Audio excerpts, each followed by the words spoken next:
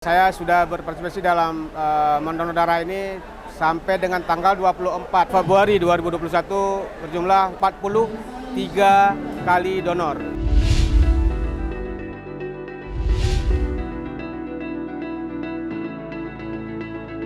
Hari ini 24 Februari 2021 merupakan kegiatan reguler yang dilakukan oleh pemerintah Aceh. Dalam hal ini Dinas Perhubungan berkomitmen untuk berpartisipasi dalam acara ini.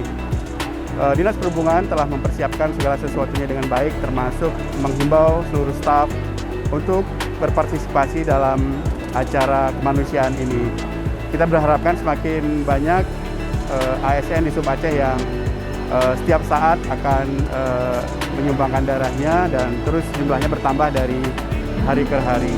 Dan tentu kita harapkan dengan donor darah ini, di samping manfaat positif yang dirasakan oleh si pendonor, juga dapat membantu saudara-saudara kita yang membutuhkan darah.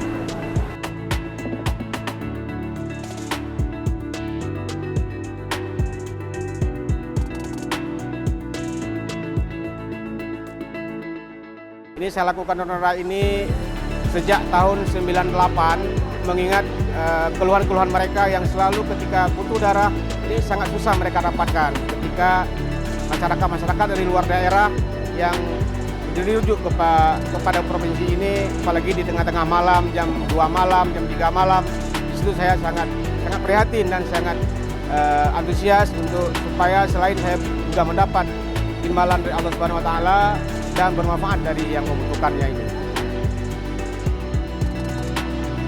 Dari hasil donor darah di Dinas Perhubungan, hadir di sini pesertanya adalah 151 orang dengan jumlah yang berhasil sekitar 68 orang dan yang batal sekitar 71 orang.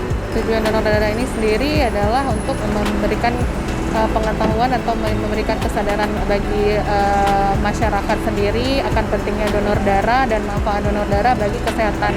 Persediaan di PMI sendiri saat ini sedang banyak yang kosong, terutama PRC. Jadi kebutuhan juga semakin meningkat. Tadi malam juga banyak keluarga-keluarga yang ingin meminta stok darah ke kantor kita, sedangkan stok lagi berkurang, terutama yang golongan darah A positif.